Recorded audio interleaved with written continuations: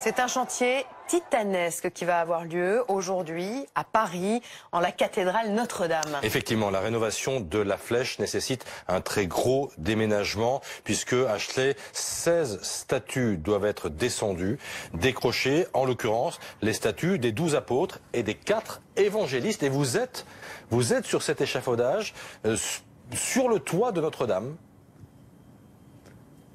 À 50 mètres du sol, Christophe, on va vous montrer Paris ce matin comme vous ne l'avez jamais vu. Regardez d'abord cette vue exceptionnelle. Et puis ces statues non plus, vous ne les avez jamais vues parce qu'elles n'ont pas bougé d'ici depuis 1861. Elles s'apprêtent à faire un grand voyage exceptionnel. Elles vont même voler parce qu'il va falloir les soulever avec une grue pour les faire descendre.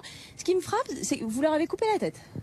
Oui, c'est parce qu'il faut qu'on voit la structure intérieure pour pouvoir l'accrocher et ensuite pouvoir soulever les statues. Vous voyez les sangles vertes qui sont là, qui dépassent un peu de la statue. C'est par là qu'on va soulever la statue, donc ouvrir la petite bâche en plastique.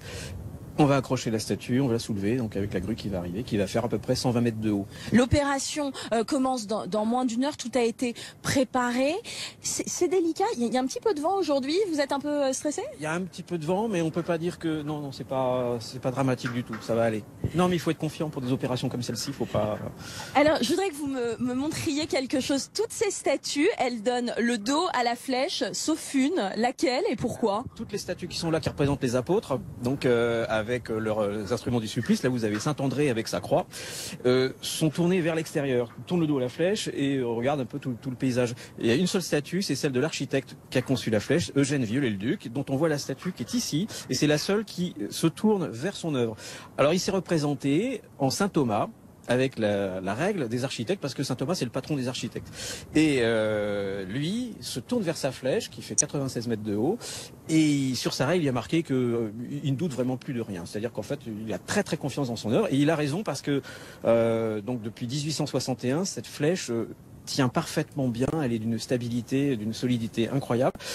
Là, sauf qu'elle n'est pas en bon état. Voilà, l'habillage en plomb est très fatigué. Donc il faut maintenant, bon, traditionnellement, 80 ans, c'est déjà beaucoup pour parce que cette flèche a été restaurée la dernière fois en 1935-37.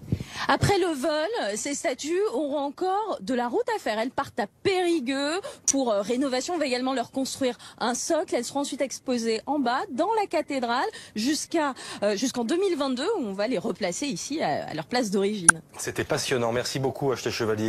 Sur des images comme chaque jour d'Olivier Saint-Paul, c'est assez troublant de voir ces statues des apôtres et des évangélistes décapitées évidemment pour les besoins de la rénovation. Oui, et elles sont vert de gris et précisément c'est la corrosion et c'est ça qui va être nettoyé à Périgueux. C'est formidable.